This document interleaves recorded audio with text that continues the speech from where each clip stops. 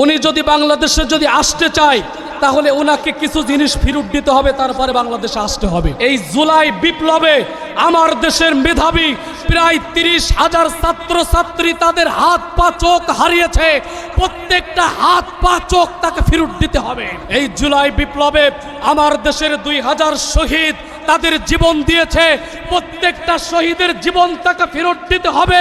তার ইন্ধনে শাপলা চত্বরে হাজার হাজার আলেম উলামাকে পাখির মতো গুলি করে হত্যা করেছে, প্রত্যেকটা আলেম উলামার জীবন ফেরত দিতে হবে। আমার দেশের 57 জন ইমানদার আর্মি অফিসারকে সে হত্যা করেছে, তাদের জীবন ফেরত দিতে হবে। বিগত 16 বছরে আমার দেশ থেকে 234 বিলিয়ন টাকা পাচার হয়েছে, প্রত্যেকটা টাকা তাকে ফেরত দিতে হবে।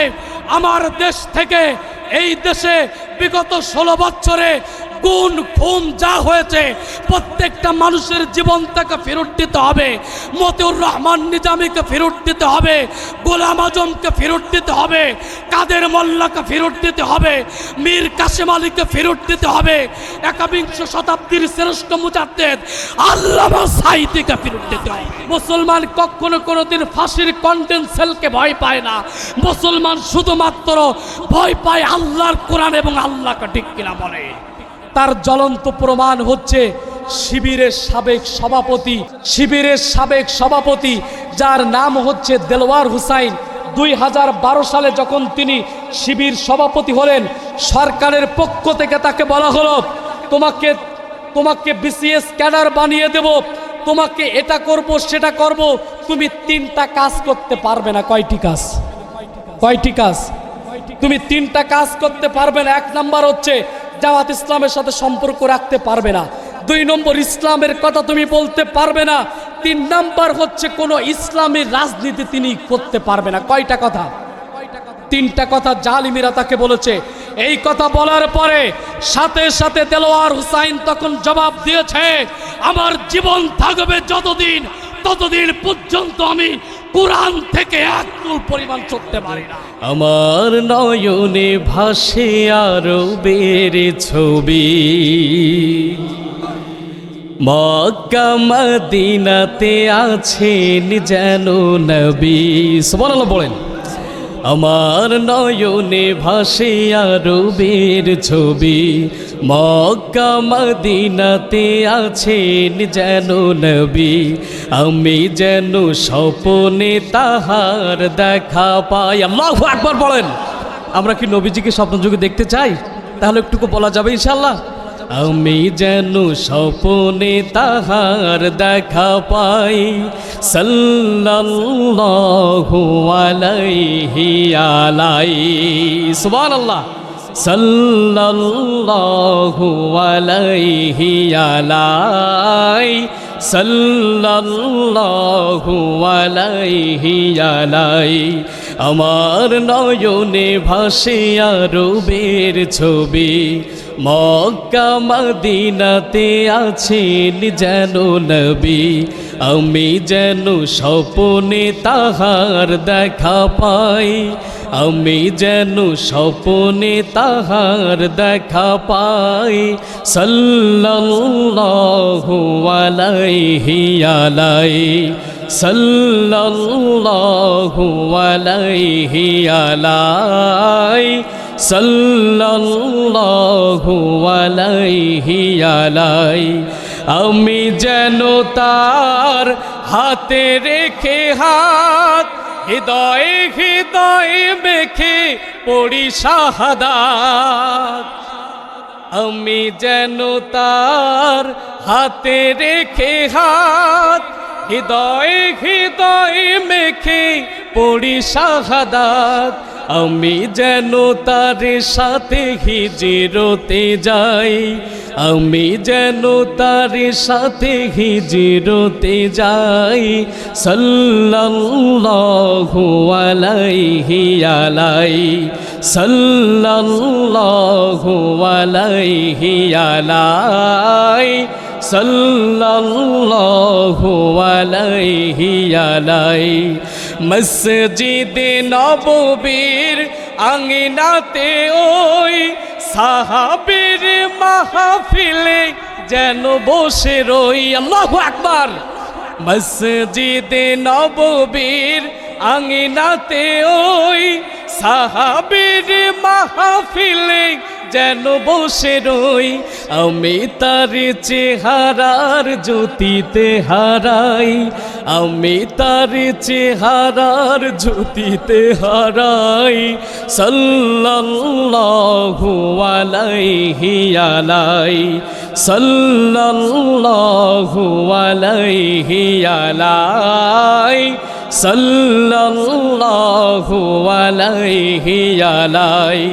আমার নয়নে ভাসে আরবের ছবি, মক্কা মদিনাতে আছেন যেন নবী। আমি যেন স্বপ্নে তাহার দেখা পাই। সাল্লাল্লাহু আলাইহি আলাই, সাল্লাল্লাহু আলাইহি আলাই, সাল্লাল্লাহু আলাইহি আলাই। আল্লাহ তাআলা বললেন ওয়ালা তাহিনু ওয়ালা তাহজানু ওয়া আনতুমুল আ'লাউনা ইন কুনতুম মুমিনিন। আল্লাহ তাআলা বললেন গোলাম হতাশ হয়ে যেও না, টেনশন করো না, দুঃখ করো না, তোমরাই বিজয় হবে যদি তোমরা মুমিন হয়ে থাকো। এখন আপনাদের কাছে আমার প্রশ্ন, আমরা মুমিন নাকি বেঈমান? একটু চিল্লা বলেন। যারা কথা বলছেন না তারা কি ওই কাতারের নাকি? আমরা মুমিন নাকি বেঈমান? আল্লাহ তাআলা বললেন গোলাম হতাশ হয়ে যেও না, টেনশন করো না, দুঃখ করো না, ডিপ্রেশন হয়ে যেও না, তোমরাই বিজয় হবে যদি তোমরা মুমিনের মালা গলে পড়তে পারো। সম্মানিত হাজিরিন, এখন আপনাদের কাছে আমার প্রশ্ন, আমরা বিগত 16 বছর পরে হলেও কি বিজয় হয়েছে কি হয় নাই? হয়েছে কি হয় নাই? আমাদের উপরে নির্যাতন চলেছে, আমাদের উপরে নিষ্পেষণ চলেছে, আমাদের উপরে নির্যাতনের স্কিম রোলার চলেছে, তারপরেও মুমিন কখনো কোনোদিন আল্লাহর কাছে ছাড়া কারো কাছে মাথা নত করতে পারে না। ঠিক কিনা বলেন? মুমিন যা করুক না কেন একমাত্র আল্লাহ পাকের কাছে ছাড়া কারোর কাছে ভরসা করতে পারে না। ঠিক কিনা বলেন? আল্লাহ তাআলা বললেন ওয়া মান ইয়াতাওয়াক্কাল আলাল্লাহি ফাহুয়া হাসবু ইন্নাল্লাহা বালিগু আমরি ক্বাদ জাআলাল্লাহু লিকুল্লি শাইইন কদরা।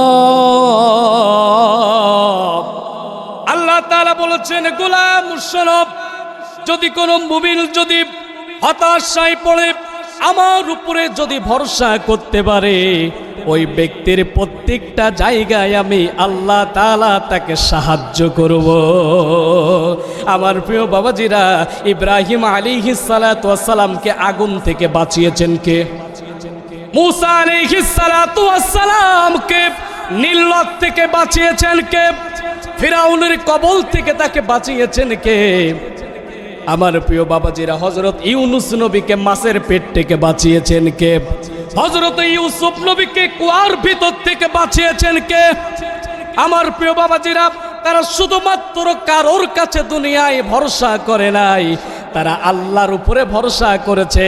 আর আল্লাহ তাআলা বলেছেন হাসবুনাল্লাহু ওয়া নি'মাল ওয়াকিল, নি'মাল মাওলা ওয়া নি'মান নাসির। আল্লাহ তাআলা বলেছেন গোলাম, যদি কোনো ব্যক্তি আমার উপরে যদি যথাযথভাবে যদি ভরসা করতে পারে, তাহলে আমি রব্বুল আলামিন তাকে সমস্ত বিপদ আর আপদ থেকে আমি আল্লাহ তাআলা তাকে হেফাজত করে আমি আল্লাহ তাআলা তার জন্য যথেষ্ট হয়ে যাই। সুবহানাল্লাহ পড়েন। আমার প্রিয় বাবাজিরা, এই জন্যে আল্লাহ তাআলা এখানে মুমিনদেরকে হতাশ হতে নিষেধ করেছেন। কি করেছেন?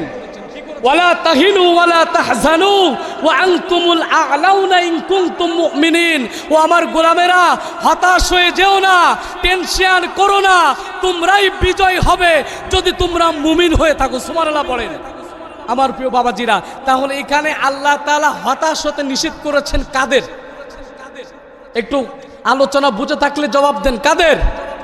মুমিনদের। আল্লাহ তাআলা মুমিনদেরকে হতাশ হতে নিষেধ করেছেন, কারণ মুমিন কখনো কোনোদিন হতাশ হতে পারে না। এবার আসুন সম্মানিত হাজিরিন, এই আলোচনাটা আপনাকে আমাকে বুঝতে হলে আপনাকে আমাকে চলে যেতে হবে হচ্ছে এই আয়াতের শানে নুজুলে, অর্থাৎ আয়াতটা কোথায় নাজিল হলো, ঠিক কিনা বলেন আমার প্রিয় বাবাজিরা।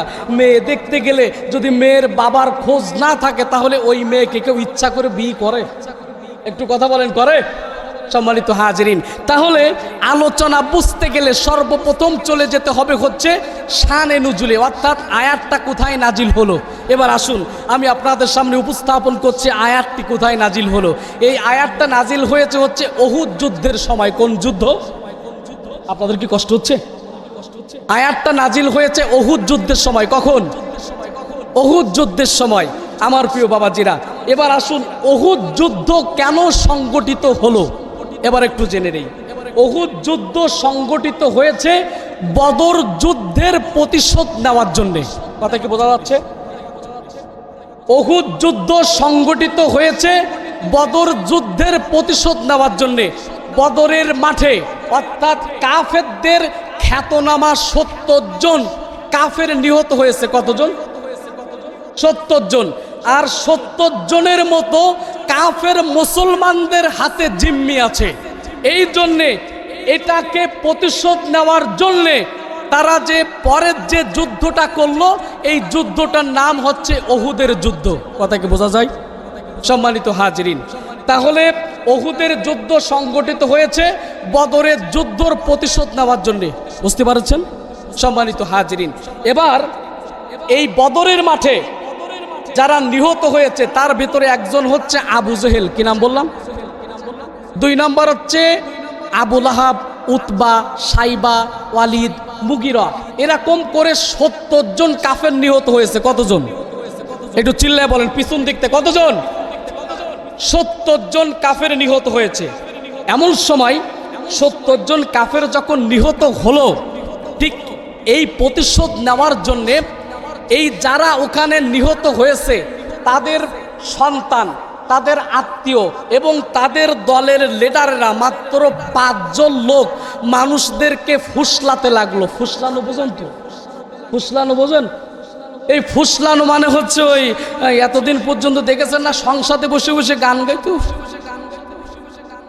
সর্বোচ্চ ফুসলাতে হচ্ছে আপনি এখন ক্ষমতায় বসেছেন আর সাইদি সাহেব এখনো পর্যন্ত বাইরে, ধরেন কাটেন ফাঁসি দেন। ঠিক কিনা বলেন? আপনি ক্ষমতায় বসেছেন, মতিউর রহমান নিজামী এখনো গাড়ি চালাই বেরিয়েছে, ধরেন ফাঁসি দেন। কথা বোঝা যায় সম্মানিত হাজিরিন? আপনি ক্ষমতায় আছেন, বিএনপির লোকেরা এখনো গায়ে হাওয়া লাগাই বেড়াচ্ছে, ধরেন কাটেন মারেন ফাঁসি দেন। ঠিক কিনা বলেন?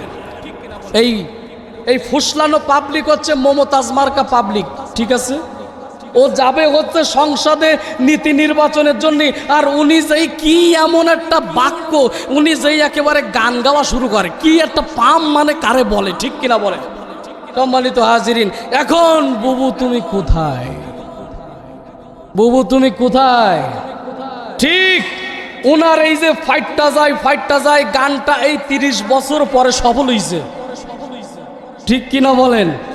ফাইটটা যায়, বুকটা ফাইটটা যায়, পুলিশ যখন গাড়ি নিয়ে আমার বাড়ির সামনে এসে, পুলিশ যখন গাড়ি নিয়ে আমার বাড়ির সামনে এসে কট কইরে ধরে ফেলায়, ফাইটটা যায়, বুকটা ফাইটটা যায়। কথা বলেন? ওনার এই গানটাই এখন সফল হইছে, এতদিন পর্যন্ত বিফল ছিল। ঠিক কিনা বলেন সম্মানিত হাজিরিন? এই ফুসলানো পাবলিক, এই মমতাজ মার্কা পাবলিক, অর্থাৎ সংসদে বসে বসে মা কই, খালা কই, আপা কই, একেবারে ওই দলের নেতাদেরকে একেবারে ফাঁসির কাস্টে ঝোলানো পর্যন্ত ফুসলাইছে। কথা বলেন না কেন সম্মানিত হাজিরিন? এই বদরের যুদ্ধে যারা নিহত হয়েছে এরকম করে 5 জন যারা নিহত হয়েছে, এদের পক্ষে 5 জন লোক বিভিন্ন বাড়িতে বাড়িতে যে মানুষদেরকে ফুসলাতে লাগলো, আহারে তোর বাবাকে মোহাম্মদ হত্যা করে ফেললো, আহারে তোর বাবাকে মোহাম্মদ জবাই করে ফেললো, আহারে তোর বাবাকে মোহাম্মদ মারতে পারলো। এরকম করে 5 জন কাফের। কয়জন? আপনাদেরকে আলোচনা বুঝতে কষ্ট হচ্ছে। কয়জন কাফের? এই নামগুলো একটু মনে করে রাখতে হবে, কিন্তু অন্তত সমালোচনা করার জন্য হলেও নামগুলো মুখস্থ করেন। অন্তত কালকে তো চার দোকানে বলতে হবে হুজুর এই কথা বলি গেছে, ঠিক কিনা বলেন? ও আর স্পিকার করবে আর কবে ঠিক ঠিক ঠিক ঠিক কিনা বলেন? সম্মানিত হাজিরিন, তাহলে এই চার দোকানে বসে সমালোচনা করার জন্য হলেও আজকের আলোচনাটা কিন্তু মুখস্থ করা লাগবে, ঠিক কিনা বলেন? সম্মানিত হাজিরিন, তাহলে কয়জন কাফের? 5 জন। 1 নম্বরের নাম হচ্ছে ইকরামা ইবনে আবু জাহাল। কি নাম বললাম? 2 নম্বর হচ্ছে আবু সুফিয়ান। 2 নম্বর ব্যক্তির নাম কি? 3 নম্বর ব্যক্তির নাম হচ্ছে খালিদ ইবনে ওয়ালিদ, অর্থাৎ তখন তিনি মুসলমান হয়নি। 4 নম্বর হচ্ছে আব্দুল্লাহ ইবনে রাবিয়া। আর 5 নম্বর হচ্ছে সাফওয়ান বিন উমায়া। কয়জনের নাম বললাম? এই 5 জন লোক মক্কার প্রত্যেকটা বাড়িতে বাড়িতে যে ফুসলাতে লাগলো, আহারে মোহাম্মদ তোর বাপের এটা করতে পারলো, মোহাম্মদ তোমার ভাইকে জবাই করতে পারলো, মোহাম্মদ তোমার চাচাকে এটা করতে পারলো, এরকম করে ফুসলাতে লাগলো। আর আবু জেহেলের ছেলে ইকরামা ইবনে আবু জেহেল, উনি প্রত্যেকটা বাড়িতে যে বলতেছে, তোমরা বলো আমার বাবার কি কোনো দোষ ছিল? নাউজুবিল্লাহ পড়েন। উনি মুহাম্মদকে হত্যা করতে গেছে, এটা ওনার কাছে কোনো দোষ হচ্ছে না। নাউজুবিল্লাহ। ইকরামা ইবনে আবু জেহেল প্রত্যেকটা মক্কার বাড়িতে যে বলতেছে, আহারে আমার বাবার কি কোনো দোষ ছিল? আমার বাবা তোমাদের জন্য এটা করেছে, আমার বাবা তোমাদের জন্য ওটা করেছে, আমার বাবা তোমাদের জন্য বয়স্ক ভাতার ব্যবস্থা করেছে, আমার নেত্রী তোমাদের জন্য এটা করেছে, কালবাট করেছে, আমার কি কোনো দোষ? ঠিক কিনা বলেন? ঠিক এই সময়ও এই লেডি আবু জেহেল, অর্থাৎ এই মালিয়া কি মডেল ভিন্ন, কথা ঠিক আছে তো? এই মাল সব একই, মডেল ভিন্ন, ঠিক কিনা বলেন? সম্মানিত বন্ধুরা, ঠিক এই সময় এসেও এই লেডি আবু জেহেল বলে, আমার কি দোষ, আমার বাংলাদেশ থেকে চলে যেতে হচ্ছে। উনি এত কিছু করে উনি এখনো দোষ খুঁজে পাচ্ছে না, কথা বলেন? উনি আবার চট করে হুট করে ঢুকতে চাচ্ছে, ঠিক কিনা? সম্মানিত হাজিরিন, আমিও চাচ্ছি, আমরাও চাচ্ছি উনি এই বাংলাদেশে আসুক। আপনারা আমার কথাই ভুল বুঝেন না, কিন্তু ওনাকে কিছু জিনিস ফেরত দিতে হবে, ঠিক কিনা বলেন? উনি যদি বাংলাদেশে যদি আসতে চায়, তাহলে ওনাকে কিছু জিনিস ফেরত দিতে হবে, তারপরে বাংলাদেশে আসতে হবে। 1 নাম্বার, একটু ভালো করে বোঝেন। 1 নাম্বার, এই জুলাই বিপ্লবে আমার দেশের মেধাবী প্রায় 30,000 ছাত্রছাত্রী তাদের হাত পা চোখ হারিয়েছে। প্রত্যেকটা হাত পা চোখ তাকে ফেরত দিতে হবে, ঠিক কিনা বলেন? এই জুলাই বিপ্লবে আমার দেশের 2000 শহীদ তাদের জীবন দিয়েছে, প্রত্যেকটা শহীদের জীবন তাকে ফেরত দিতে হবে। তার ইন্ধনে শাপলা চত্বরে হাজার হাজার আলেম উলামাকে পাখির মতো গুলি করে হত্যা করেছে, প্রত্যেকটা আলেম উলামার জীবন ফেরত দিতে হবে। আমার দেশের 57 জন ইমানদার আর্মি অফিসারকে সে হত্যা করেছে, তাদের জীবন ফেরত দিতে হবে। বিগত 16 বছরে আমার দেশ থেকে 234 বিলিয়ন টাকা পাচার হয়েছে, প্রত্যেকটা টাকা তাকে ফেরত দিতে হবে। আমার দেশ থেকে এই দেশে বিগত 16 বছরে গুণ খুন যা হয়েছে, প্রত্যেকটা মানুষের জীবন তাকে ফেরত দিতে হবে। মতিউর রহমান নিজামীকে ফেরত দিতে হবে, গোলাম আজমকে ফেরত দিতে হবে, কাদের মোল্লাকে ফেরত দিতে হবে, মীর কাসেম আলীকে ফেরত দিতে হবে, 21 শতাব্দীর শ্রেষ্ঠ মুজাদ্দেদ আল্লামা সাঈদীকে ফেরত দিতে হবে, ঠিক কিনা বলেন? আমার প্রিয় বাবাজিরা, আমার প্রিয় বাবাজিরা, উনি যদি এতগুলো জিনিস যদি ফেরত না দেয়, তাহলে আমরা চাচ্ছি উনি আসুক। উনি যখনই আসবে, এই বাংলাদেশের মানুষ, এই বাংলাদেশের মানুষও রেডি আছে, মহিলারাও রেডি আছে, তাকে ঝাঁটা পিটা করে এই জমিন থেকে বিদায় করা হবে। কারা কারা চান দুই হাত উঁচু করে স্লোগান দিয়ে আল্লাহকে দেখান।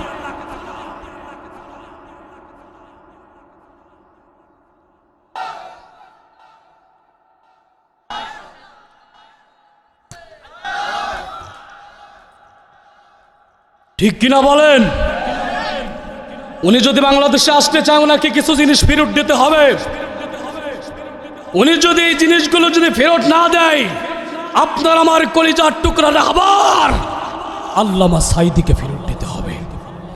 ঠিক কিনা বলেন? ওনার ইন্ধনে আজকের যারা দিনের কথা বলেছেন, হকের কথা বলেছেন, ইসলামের কথা বলেছেন, তারা খালে বিলে আর ঘেরের বাসায় তাদের স্থান হয়েছে। ঠিক কিনা বলেন? আপনাদের এলাকায় কি আছে? আছে না নাই? সম্মানিত হাজিরিন, একটা গাছ বেচে ৮০,০০০ টাকা, একটা গরু বেচে বাড়ি আসতে পারে না, তার আগে ওরা এসে হাজির মাল দে। ঠিক কিনা? কি কষ্ট না দিয়েছে মানুষদেরকে। প্রত্যেকটা মানুষের এই কষ্টের জবাব তাকে দিতে হবে। ঠিক কিনা বলেন? কি অপরাধ ছিল আমির হামজার? কি অপরাধ ছিল আল্লামা মামুনুল হকের? কি অপরাধ ছিল আপনার আমার কলিজার টুকরা রাহবার আল্লামা সাঈদীর? কোনো অপরাধ নাই, শুধুমাত্র দিনের কথা বলেছে, এটাই তাদের অপরাধ। ঠিক কিনা বলেন? সম্মানিত হাজিরিন, ঠিক ওই সময়ও আবু জেহেলের ছেলে বলতেছে আমার বাপের কি দোষ? উনি যে মুহাম্মাদকে হত্যা করতে গেছে ওটা ওনার কাছে দোষ মনে হয়নি। ঠিক কিনা বলেন? উনিও এখন এসে কোনো দোষ খুঁজে পাচ্ছে না। তাহলে মাল সব একই না, মডেল ভিন্ন। ঠিক কিনা? মনে থাকবে তো? মাল সব একই, মডেল ভিন্ন। সম্মানিত হাজিরিন, আপনাদের কি কষ্ট হচ্ছে? আলোচনা চলবে। সম্মানিত হাজিরিন, এখন আবু জেহেলের ছেলে ৫ জন কাফের মানুষদেরকে ফুসলাতে লাগলো। ৫ জন কাফের, কয়জন? ৫ জন কাফের যখন মানুষদেরকে ফুসলাতে লাগলো, ফুসলায় ফাসলে প্রত্যেকটা মানুষের বাড়ি থেকে যে তারা এক এক করে, কোনো বাড়ি থেকে ৩ জন, কোনো বাড়ি থেকে ৪ জন, কোনো বাড়ি থেকে ১০ জন, যাদের আব্বা মারা গেছে সন্তান যা ছিল সবাইকে নিয়েছে, যাদের ভাই মারা গেছে ভাইয়ের বদলে ভাই এসেছে, এরকম করে মুহাম্মাদের বিরুদ্ধে তারা ৩,০০০ লোক তৈরি করলো। কত হাজার? ৫ জন লোক কত হাজার লোক তৈরি করলো? কয় হাজার? আরো জোরে, জোর হলো না? কয় হাজার? ৩,০০০। আমার প্রিয় বন্ধুগণ, ৩,০০০ লোক যখন তৈরি করলো, করার পরে এই ৩,০০০ লোকের ভিতরে তারা ঘোড়া নিয়েছে মাত্র ২০০। কয়শো? ২০০ ঘোড়া নিয়েছে, আর ৩০০ উট নিয়েছে, এবং ১০০ তীরন্দাজ নিয়েছে, অর্থাৎ যাদের তীরের নিশানা কখনো কোনোদিন মিস হয় না। এরকম করে তারা ৩,০০০ লোক নিল, এবং ওই ৩,০০০ লোকের ভিতরে তারা নারী নিয়েছে ১৫ জন। কতজন? ১৫ জন নারী নিয়েছেন। কেন? যুদ্ধ করার জন্য নাকি? না না, ১৫ জন নারী নিয়েছে তারা হচ্ছে ঝাঁকার নাকা নাচ দেখার জন্যে। যে যুদ্ধ করতে করতে যদি মন খারাপ হয়ে যায় তাহলে ঝাঁকা লাকা নাচ দিকে আবার করবে। কয়জন নেছে? কতজন? ১৫ জন। তাহলে সর্বমোট কাফেরেরা লোক নিয়েছে কতজন? কয় হাজার? ৩,০০০ লোক নিয়েছে। নেওয়ার পরে তারা একটা যুদ্ধর সরঞ্জাম তৈরি করলো। করার পরে আল্লাহ নবীজি তো এই বিষয়টা কোনো কিছুই তিনি জানেন না। হঠাৎ করে আল্লাহ নবীজির চাচা আব্বাস বিন আব্দুল মুত্তালিব তখন হিজরত করেন নাই। আব্বাস বিন আব্দুল মুত্তালিব তখন হিজরত করেন নাই। এমন সময় আব্বাস বিন আব্দুল মুত্তালিব তিনি হচ্ছে মুহাম্মাদের কাছে একটি চিঠি লিখলো। কি লিখলো বলেন? একটা চিঠি লিখলো। লেখার পরে আল্লাহ নবীজির কাছে একটি চিঠি লিখে পাঠিয়ে দিল। আমার প্রিয় বাবাজিরা, আল্লাহ নবী সাল্লাল্লাহু আলাইহি ওয়াসাল্লাম চিঠিটা নেওয়ার পরে আল্লাহ নবীজি তখন মসজিদ নববীতে ছিলেন না। এমন সময় আল্লাহ নবীজি তখন হচ্ছে মসজিদে কুবায় অবস্থান করছিলেন। এই মসজিদে কুবায় আল্লাহ নবীজির সাথে একজন সাহাবী ছিলেন যার নাম হচ্ছে উবাই বিন কাব। কি নাম বললাম? উবাই বিন কাব আল্লাহ নবীজির কাছে একজন পত্রবাহক 3 দিনে 460 কিলোমিটার পথ অতিক্রম করেছে। সুবহানাল্লাহ পড়েন। আল্লাহ নবীজির কাছে চিঠিটা যখন নিয়ে যাচ্ছে ওই পত্রবাহক বিশ্বস্ততার সাথে 460 কিলোমিটার পথ হাঁটতে হাঁটতে নিয়ে চলে গেছে। সুবহানাল্লাহ। সেই সময় কি আর ফোনের যুগ ছিল? এখন ফোনের যুগ আছে না নাই? আছে না নাই? আমার যুবকেরা কই, ফোনের যুগ আছে না নাই? এখন কি আর প্রেম করতে কি বাসতলায় যাওয়া লাগে, পার্কে যাওয়া লাগে, রাস্তার পাড়ে যাওয়া লাগে? এখন হঠাৎ করে রাস্তায় যাওয়া লাগে না, প্রেম করতে গাছতলায় বাসতলায় যাওয়া লাগে না। উনি হচ্ছে 2 তলা সিলেকুটা থেকে হ্যালো কোথায় বলে আমি আছি গাছতলায়, উনি বলে আমি আছি 5 তলায়। কথা বলেন, এখন খেয়াল লাগে? এই ফোনের কল্যাণে আজকে সব থেকে বেশি আমার দেশে পরকীয়া বেড়েছে। কথা বলেন, কথা বলেন না কেন? এই ফোনের কল্যাণে আপনার আমার ছোট বাচ্চারা পর্যন্ত তারা ভাতও খেতে চায় না। ঠিক কিনা বলেন? কার্টুন না দিলে ভাত খাবে না। আছে না নাই? অবশ্য আপনাদের এলাকার ছেলেপিলে এরকম না, শহরে বেশি আছে। এই ফোনের কল্যাণে 18 বছর বয়স হতে পারে না, ক্লাস 7-এ পড়ে আর ক্লাস 9 ছেলের সাথে প্রেম করে বিয়ে করে সাথে সাথে সংসার করাও শুরু করে। কথা বলেন, 7 খুব উপরে হয়ে যায়, ক্লাস 5 থেকে শুরু হয়। চাচা বলে ক্লাস 5 থেকে শুরু হয়। ঠিক কিনা বলেন? আমার প্রিয় বাবাজিরা, এই জন্যে কিছুদিন আগে একটা ডায়লগ ভাইরাল হয়েছিল, চাচা হেনা কোথায়?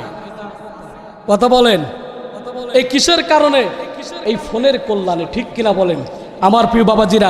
সেই সময় তো ফোন ছিল না, এখন যেমন ফোন আছে প্রত্যেকটা জায়গায় ফোনে কথা বলা যায়, সেই সময় তো আর ফোন ছিল না। দেশে মোবাইল আইছে, চিঠি বন্ধ হইয়াছে, দেওয়ানা বানাইছে, পোলা মায়ার মনের কথা ভাসে বাতাসে।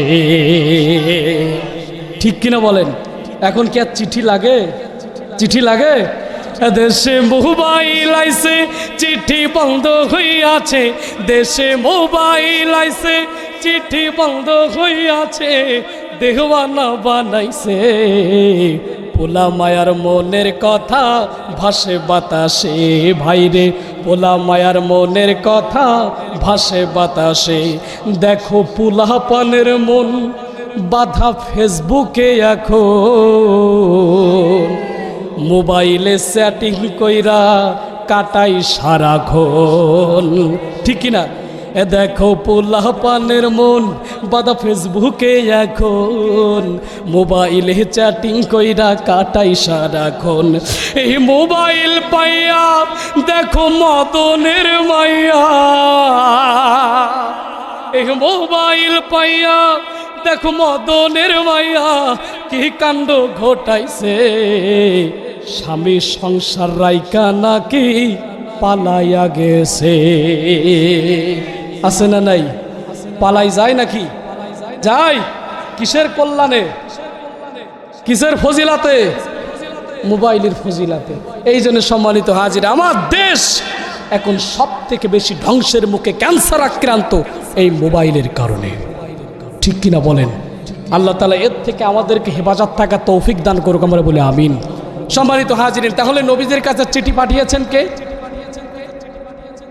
নবীজির চাচা আব্বাস। কি আমার প্রিয় বন্ধুরা, আল্লাহ নবীজির কাছে যখন চিঠি চলে গেল, যাওয়ার পরে আমার নবীজির সাথে যে সাহাবী ছিল, এই সাহাবীর নাম হচ্ছে উবাই বিন কাব। এমন সময় আমার নবীজি উবাই বিন কাবকে বললেন, কাব, এই চিঠিটা কে পাঠিয়েছে? আল্লাহ নবীজির কথা শুনে উবাই বিন কাব বললেন, ইয়া রাসূলুল্লাহ, এই চিঠিটা মক্কা থেকে আপনার চাচা আব্বাস বিন আব্দুল মুত্তালিব পাঠিয়েছে। এমন সময় আমার নবীজি বললেন, উবাই, এই চিঠির ভিতরে কি লেখা আছে? উবাই বিন কাব বললেন, হুজুর, এই চিঠির ভিতরে লেখা আছে আপনাকে হত্যা করার জন্যে, আপনাকে মারার জন্যে কাফেরেরা বদরের প্রান্তর থেকে আসার পরে তারা আপনার বিরুদ্ধে 3000 লোক তৈরি করেছে। কয় হাজার? আপনাদের মনে আছে তো? কয় হাজার লোক? 3000 লোক তৈরি করেছে। ওগো আল্লাহর হাবিব, আপনি যাদেরকে আমরা বদরের প্রান্তরে যাদেরকে নিহত করেছিলাম, এই বদরের প্রান্তর থেকে আমরা যাদেরকে হত্যা করেছিলাম তাদের পরিবার পরিজন আমাদেরকে মারার জন্য 3000 লোক তৈরি করেছেন। কয় হাজার? 3000 লোক তৈরি করেছে। আল্লাহর নবী বললেন, উবাই ইবনে কাব, আর মসজিদে কুবায় থাকার দরকার নাই, এই মুহূর্তে মসজিদে নববীতে চলে যাও। মসজিদে নববীতে চলে যাওয়ার পরে প্রত্যেকটা জায়গায় ঢোল পিটিয়ে দাও। সেই সময় তো আর মাইকের ব্যবস্থা ছিল না। প্রত্যেকটা জায়গায় ঢোল পিটিয়ে দাও, প্রত্যেকটা জায়গায় খবর দিয়ে দাও মুহাম্মদ একটি, আমাদের নবী একটি সাধারণ সবার অ্যারেঞ্জমেন্ট করেছে, এখানে যেন সবাই উপস্থিত হয়ে যায়।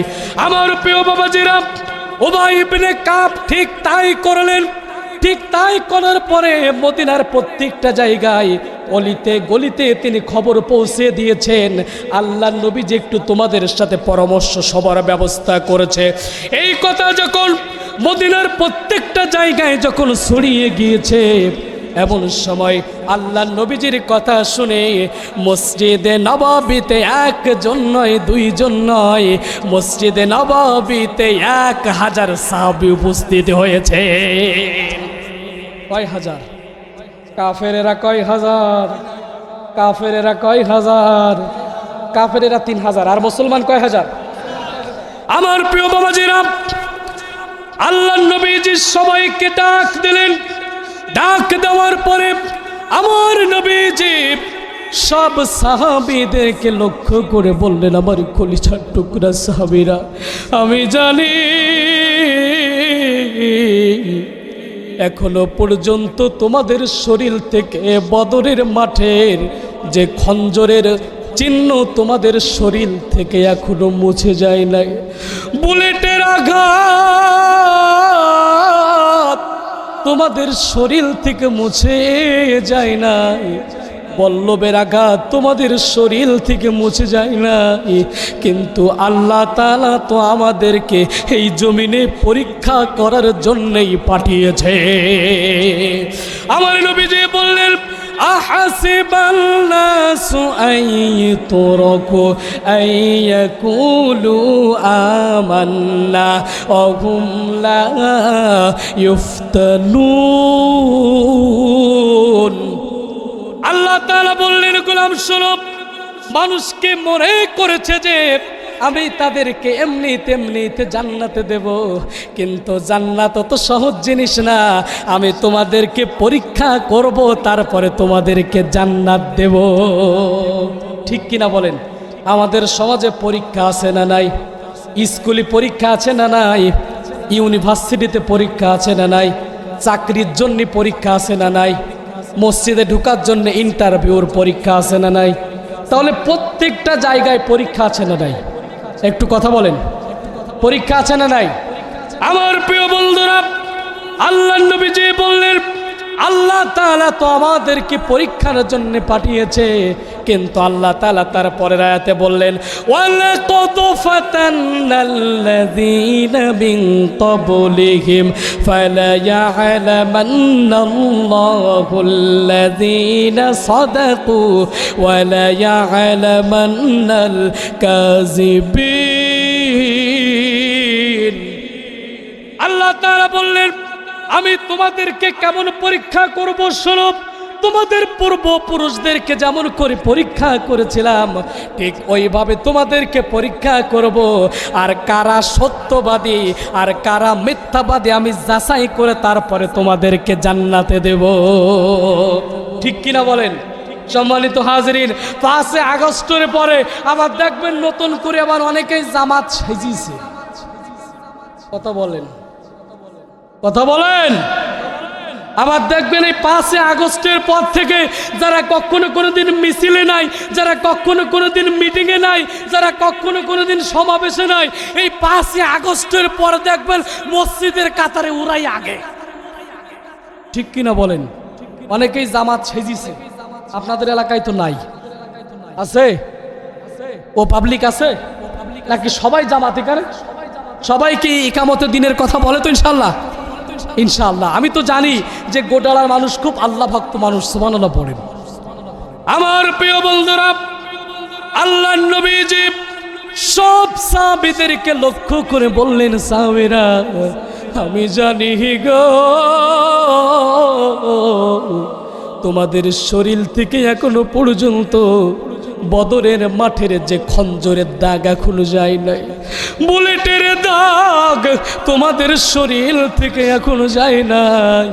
কিন্তু শোনো, আল্লাহ তাআলা তো আমাদেরকে পরীক্ষার জন্যই পৃথিবীতে পাঠিয়েছে। ও আমার কলিজার টুকরা সাহাবীরা, তোমরা শোনো, কাফেরেরা আমাদেরকে মারার জন্যে আরো একটি যুদ্ধের ডাক দিয়েছে। এই যুদ্ধের নাম হচ্ছে ওহুদের যুদ্ধ। এই যুদ্ধটার নাম কি? ওহুদের যুদ্ধ। আমার প্রিয় বাবাজিরা, আল্লাহ নবীজি বললেন, শোনো, ওহুদের যুদ্ধের ময়দানে যাবার আগে আমি তোমাদেরকে একটি কথা বলতে চাই। আমি একটি স্বপ্ন দেখেছি। একটি স্বপ্ন আমি 3টা বিষয়ের উপরে দেখেছি। কয়টি স্বপ্ন? একটি স্বপ্ন আমি 3টা বিষয়ের উপরে দেখেছি। আল্লাহ নবীজি বললেন, একটা স্বপ্ন আমি 3টা ক্যাটাগরিতে দেখেছি। এক নাম্বার হচ্ছে আমি কিছু গাভী জবাই করছি। কি জবাই করছি? আমি কিছু গাভী জবাই করছি। 2 নম্বর, গাভী জবাই করতে যে আমার ছুরির যে আগাটা এটা হচ্ছে ভেঙ্গে গিয়েছে। আর 3 নাম্বার হলো আমি আমার হাতটা খুব সুন্দর একটি ফর্মের ভিতরে দিয়ে দিয়েছি। নবীজি স্বপ্ন দেখছেন কয়টা? আর ক্যাটাগরি কয়টা? 1 নাম্বার হচ্ছে আমি কয়েকটি গাভী জবাই করছি। 2 নম্বর হচ্ছে গাভী জবাই করতে যে আমি আমার ছুরির মাথাটাকে আমি ভেঙে ফেলেছি। আর 3 নাম্বার হচ্ছে আমি একটি খুব সুন্দর ফর্মের ভিতরে হাত ঢুকিয়ে দিয়েছি। আমার প্রিয় বন্ধুরা, আল্লাহ নবীজি যখন এই কথা বললেন, তখন সাহাবীরা বলতেছেন, ইয়া রাসূলুল্লাহ, আপনি তো আপনার স্বপ্নের কথা বললেন, কিন্তু এর ব্যাখ্যা কি আপনি আমাদেরকে বলবেন না? আল্লাহ নবীজি বললেন, সাহাবীরা, এর ব্যাখ্যা হচ্ছে আমি যে কয়েকটি গাভী জবাই করছি, এর ব্যাখ্যা হলো এই উহুদের যুদ্ধের ময়দানে আমার কয়েকজন সাহাবী শহীদ হয়ে যাবে। সুবহানাল্লাহ পড়েন। আমার প্রিয় বন্ধুরা, আল্লাহ নবীজি বলছেন 2 নম্বর হচ্ছে আমি কয়েকটি গাভী জবাই করতে যে আমি আমার ছুরির মাথাটাকে আমি ভেঙে ফেলেছি। এর ব্যাখ্যা হচ্ছে আমার পরিবার থেকে একজন এই উহুদের যুদ্ধের ময়দানে শহীদ হয়ে যাবে। আপনারা জানেন, আল্লাহ নবীজির আপন চাচা হামজা রাদিয়াল্লাহু তাআলা আনহু এই উহুদের যুদ্ধের ময়দানে হিন্দা তার কল্লা টেনে ছিঁড়ে ফেলেছিল। তার কলিজা টেনে ছিঁড়ে ফেলেছিল। মনে আছেন? আপনারা শুনেছেন না? এই উহুদের যুদ্ধের ময়দানে হিন্দা তার কলিজা টেনে ছিঁড়ে ফেলেছিল এই উহুদের যুদ্ধের ময়দানে। কারণ আল্লাহ নবীজি বলছেন, আমি যখন গাভী জবাই করছি আমি দেখলাম আমার ছুরির আগা ভেঙে গিয়েছে। অর্থাৎ এই উহুদের যুদ্ধের ময়দানে আমার পরিবার থেকে একজন শহীদ হবে। আল্লাহু আকবার। আমার প্রিয় বন্ধুরা, আল্লাহ নবীজি বললেন, আর 3 নাম্বার ব্যাখ্যা হলো আমি একটি সুন্দর ফর্মের ভিতরে আমি আমার হাতটাকে ঢুকিয়ে দিয়েছি। এর ব্যাখ্যা হলো এই মদিনা শহর। সুবহানাল্লাহ। এই আমি আমার যে হাতটা খুব সুন্দর ফর্মের ভিতরে ঢুকিয়ে দিয়েছি, এই জায়গাটা হচ্ছে এই মদিনা শহর। এখন তোমাদের কাছে আমার প্রশ্ন, আমরা কি উহুদের যুদ্ধের যে ডাকটা এসেছে, আমরা যুদ্ধটা কি মদিনার ভিতরে করব নাকি উহুদের মাঠে করব? সুবহানাল্লাহ পড়েন।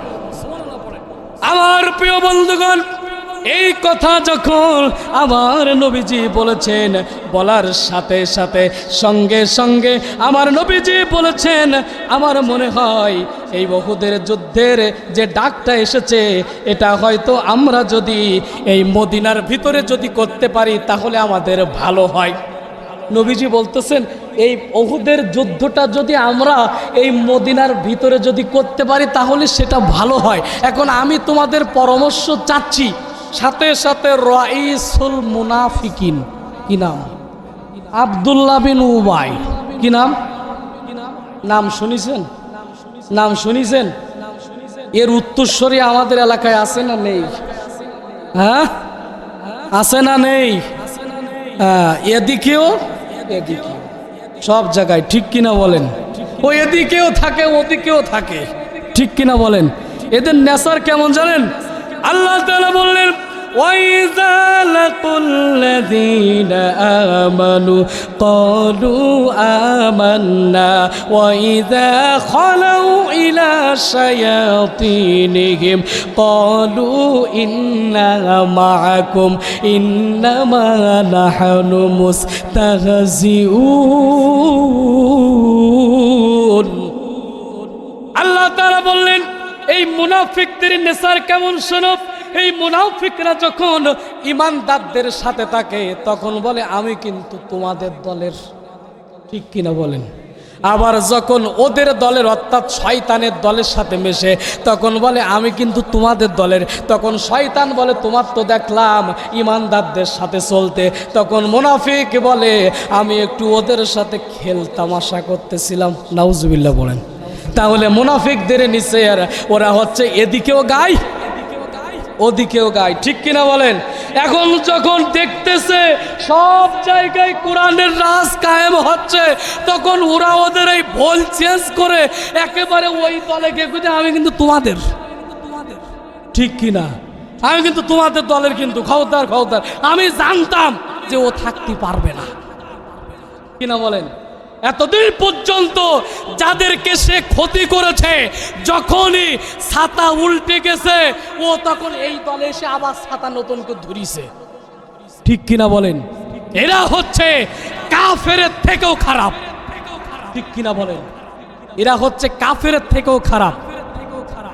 কারণ এদের স্থান হবে হচ্ছে কাফেরদের স্থান হবে জাহান্নামে, আর এদের স্থান হবে হচ্ছে জাহান্নামের তলদেশে।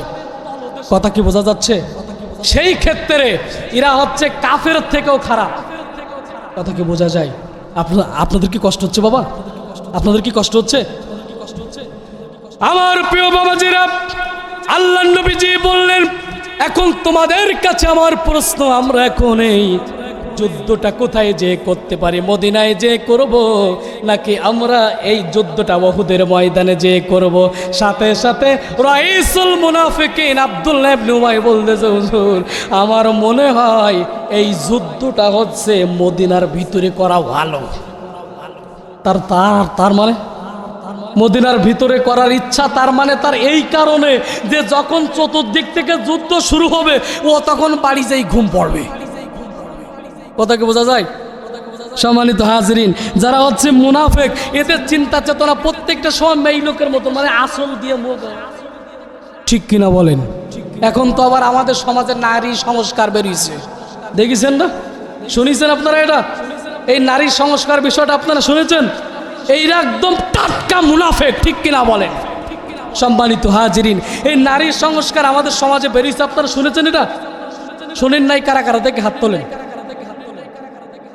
এই নারীরা এখন হচ্ছে আমাদের ডক্টর ইউনূস সাহেবের কাছে যেই প্রস্তাবনা দিয়েছে পুরুষদেরও দেশ অধিকার দিতে হবে, আমাদেরও সেম অধিকার দেওয়া লাগবে। শুনেছেন না এটা? অর্থাৎ সম অধিকার। কোনো পুরুষ যদি তার বাপের থেকে অর্ধেক পায় তা আমাদেরও অর্ধেক দেখিবে, এটা নারীরা হচ্ছে বলেছে। লিজ্জাকারি মিসলু হাজ্জিল উনসায়াইন, অর্থাৎ এই কথাটা বলা মানে তারা আল্লাহ তাআলার আয়াতকে অস্বীকার করেছে। নারীরা বলতেছে পুরুষরা যদি অর্ধেক পায় তাহলে আমাদেরও দেওয়া লাগবে। অর্থাৎ আল্লাহ তাআলা বলেছেন তুমি যা পাবা একটা নারী যা পাবে, অর্থাৎ দুইজন নারী যা পাবে একজন ভাই তাই পাবে। এটা কার কথা?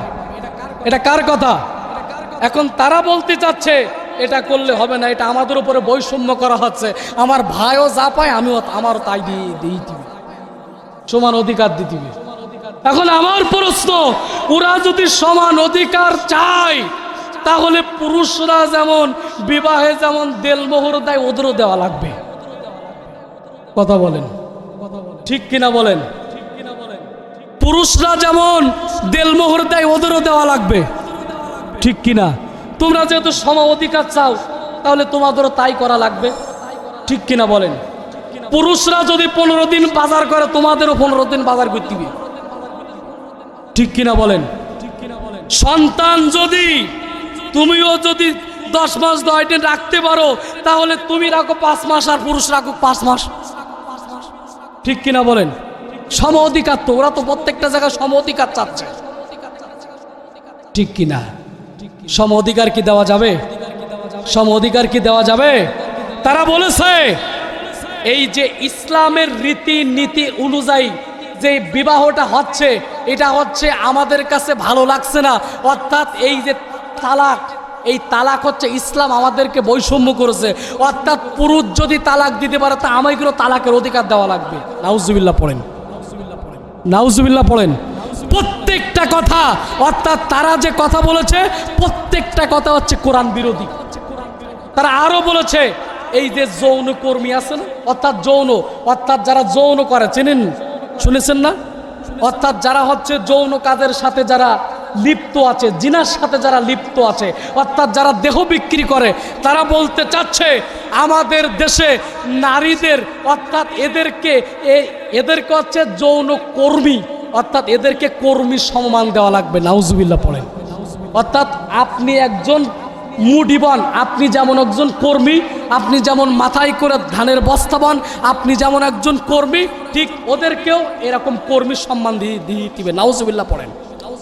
সম্মানিত হাজিরিন, এই জন্যে মুনাফিকরা রদুবি আইয়াকুলু মাআল খাওয়ালিফি ওয়া তুবিয়া আলা কুলুবিহিম ফাহুম লা ইয়াফকাহুন। এদের নেশার হচ্ছে প্রত্যেকটা সময় মেয়ে লোকদের মতো করে পিছুনি থাকা। কথা বোঝা যায়? আমার প্রিয় বন্ধুরা, আব্দুল্লাহ ইবনে উবাই বললেন, ইয়া রাসূলুল্লাহ, যুদ্ধটা মদিনার ভিতরে হোক। এই কথাটা যখন তিনি বললেন, সাথে সাথে আল্লাহ নবীজির কয়েকজন সাহাবীরা বলতেছেন, ইয়া রাসূলুল্লাহ, এই যুদ্ধটা মদিনার ভিতরে করলে হবে না, এই যুদ্ধটা হচ্ছে উহুদের ময়দানে যে করতে হবে। সুবহানাল্লাহ পড়েন। আমার প্রিয় বন্ধুরা, আল্লাহ নবীজিকে কয়েকজন সাহাবী বললেন, হযরতে আবু বকর, হযরতে ওমর, হযরতে আলী বলতেছেন, ইয়া রাসূলুল্লাহ, উহুদের যুদ্ধের ময়দানে আমাদের জীবনটাকে আমরা দিয়ে প্রমাণ করতে চাই আমরা মুসলমান কখনো কোনোদিনও ভীতু হতে পারি না। আমরা মুসলমান হচ্ছে ওমরের জাত, প্রত্যেকটা জায়গায় আমরা মুসলমান বীরের মতো থাকবো। সুবহানাল্লাহ পড়েন।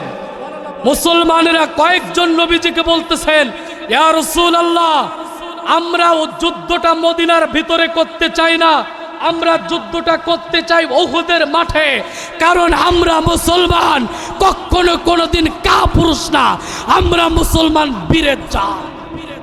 ঠিক কিনা বলেন? মুসলমান কখনো কোনোদিন কোন জালিমের কাছে মাথা নত করতে পারে না, মুসলমান কখনো কোনোদিন কোন জালিমের চোখ রাঙানোকে ভয় করে না, মুসলমান কখনো কোনোদিন ফাঁসির কন্টেন্সেলকে ভয় পায় না, মুসলমান শুধুমাত্র ভয় পায় আল্লাহর কোরআন এবং আল্লাহকে। ঠিক কিনা বলে? তার জ্বলন্ত প্রমাণ হচ্ছে শিবিরের সাবেক সভাপতি, যার নাম হচ্ছে দেলওয়ার হুসাইন। নাম শুনেছেন? নাম শুনেছেন আপনারা? শিবিরের সাবেক সভাপতি যার নাম হচ্ছে দেলওয়ার হুসাইন, 2012 সালে যখন তিনি শিবির সভাপতি হলেন, সরকারের পক্ষ থেকে তাকে বলা হলো, তোমাকে বিসিএস ক্যাডার বানিয়ে দেব, তোমাকে এটা করব সেটা করব, তুমি 3টা কাজ করতে পারবে না। কয়টি কাজ? কয়টি কাজ? তুমি 3টা কাজ করতে পারবে না। 1 নাম্বার হচ্ছে জামাত ইসলামের সাথে সম্পর্ক রাখতে পারবে না, 2 নম্বর ইসলামের কথা তুমি বলতে পারবে না, 3 নাম্বার হচ্ছে কোনো ইসলামী রাজনীতি তিনি করতে পারবে না। কয়টা কথা? 3টা কথা জালিমিরা তাকে বলেছে। এই কথা বলার পরে সাথে সাথে দেলওয়ার হুসাইন তখন জবাব দিয়েছে, আমার জীবন থাকবে যতদিন, ততদিন পর্যন্ত আমি কোরআন থেকে এক চুল পরিমাণ চলতে পারি না। ঠিক কিনা আমার প্রিয় বাবাজিরা? যখন তিনি এই কথা বলেছেন, আমি আমার জবান যতদিন থাকবে ততদিন আমি কোরআন থেকে সরতে পারি না, সাথে সাথে কাফেরেরা তাকে বন্দি করে একদিন নয়, 2 দিন নয়, টানা 54 দিন রিমান্ড দিয়েছেন। আল্লাহু আকবার! কতদিন? 54 দিন। বাংলাদেশের ইতিহাসে কোনো নেতা নেত্রীকে এইভাবে টর্চারিং করা হয় নাই। আজকে একটু ভালো করে শোনেন, বাংলাদেশের ইতিহাসে কোনো নেতাকে এইভাবে নির্যাতন করা হয় নাই। এই দেলোয়ারকে একটানা 54 দিন তাকে রিমান্ডে দিয়েছেন। রিমান্ডের অকাট নির্যাতন। তখন তাকে কি করা হলো? প্রথম যে নির্যাতন তাকে করা হলো, তার হাত পায়ের নখগুলো পিলাস দিয়ে উকড়ে ফেলে দেওয়া হলো। তারপরে তার মুখটাকে বাথরুমের কবটের ভিতরে রাখা হলো। 1 দিন নয়, 2 দিন নয়, শত দিন তাকে খাবার দেওয়া হয় নাই। 1 দিন নয়, 2 দিন নয়, তাকে কয়েকদিন বাথরুমের ভিতরে বন্দি করে রাখা হলো। তারপরেও তিনি দ্বীন ইসলাম থেকে এক চুল পরিমাণ সরে দেওয়ার নাই। সুবহানাল্লাহ পড়েন। ওগো আমার প্রিয় বাবাজিরা, এই জন্য যারা হকের কথা বলবে, দ্বীনের কথা যারা বলবে, কোরআনের কথা যারা বলবে, ইসলামের কথা যারা বলবে, এরা কখনো কোনোদিন কোনো জালিমের কাছে মাথা নত করতে পারে না। এরা শুধুমাত্র আল্লাহর কাছে ছাড়া কখনো কোনোদিন মাথা নত করতে পারে না। ঠিক কিনা? ওগো আমার প্রিয় বাবাজিরা, এই জমিনে যদি আবারও ওহুদের ডাক আসে, আবারও যদি বদরের ডাক আসে, আবারও যদি তাবুকের ডাক আসে, আবারও যদি ফিলিস্তিনে যাবার জন্যে ডাক আসে, কারা কারা রাজি আছো? 2 হাত উঁচু করে স্লোগান দিয়ে আল্লাহকে দেখাও। সম্মানিত হাজিরিন, তাহলে মুসলমান বলল যে ইয়া রাসূলুল্লাহ, আমরা যুদ্ধ করব বদরের মাঠে না, আমরা যুদ্ধ করব ওহুদের মাঠে। কোথায়? ওহুদের মাঠে। আমার প্রিয় বন্ধুগণ, আল্লাহর নবীজি সকল সাহাবীদের কথা শুনে ওহুদের যুদ্ধের জন্য তিনি প্রস্তুত হয়ে গেলেন। প্রস্তুত হয়ে যাওয়ার পরে আল্লাহর নবীজি ওহুদের যুদ্ধের ময়দানে যাওয়ার জন্য তিনি বের হয়ে গিয়েছেন। যাওয়ার পরে আমার নবীজি সাকওয়াত নামক একটি জায়গায় থামলেন। থামার পরে আমার নবীজি সাকওয়াত নামক জায়গায় যখন তিনি থামলেন, সাথে সাথে আল্লাহর নবীজি দেখলেন কাফেরেরা হচ্ছে 3000 আর মুসলমান হচ্ছে 1000। কয় হাজার? মুসলমান হচ্ছে 1000 আর কাফের হচ্ছে 3000। আমার নবীজি 1000 সৈন্য নিয়ে উহুদের যুদ্ধের ময়দানের দিকে যখন বের হয়ে গিয়েছেন, যাওয়ার পরে আমার নবী সাকওয়াত নামক একটি জায়গায় থামলেন। থামার পরে আমার নবীজি দেখলেন এর ভিতরে কয়েকজন ছোট্ট ছোট্ট বাচ্চা আছে। আমার নবীজি কয়েকজন ছোট্ট ছোট্ট বাচ্চা দেখে কয়েকজনকে তিনি বিদায় করে দিলেন, আর 2 জনকে তিনি এই কয়েকজনকে বিদায় করে দিলেন, আর 1 জনকে অনুমতি দিলেন। কয়জন? ছোট্ট বাচ্চার ভিতরে আমার নবীজি 1 জনকে অনুমতি দিলেন। এই ছোট্ট সাহাবীর নাম হচ্ছে নাফিয়া বিন খালিস। এই সাহাবীর নাম হচ্ছে নাফিয়া। আমার নবীজি যখন ওই ছোট্ট সাহাবীকে যখন অনুমতি দিয়েছেন, আরও একজন ছোট্ট বাচ্চা যার নাম হচ্ছে সামুরা ইবনে জুনদুব। কি নাম? সামুরা। এই ছোট্ট সাহাবীর নাম কি? সামুরা। আমার নবীজি যখন নাফিয়াকে অনুমতি দিয়েছে, দেওয়ার পরে সামুরা বলতেছেন ইয়া রাসূলুল্লাহ, আপনি তো নাফিয়াকে অনুমতি দিয়েছেন, আমিও তো নাফিয়ার মতো ছোট, আমি তো নাফিয়ার মতো একজন ছোট বাচ্চা।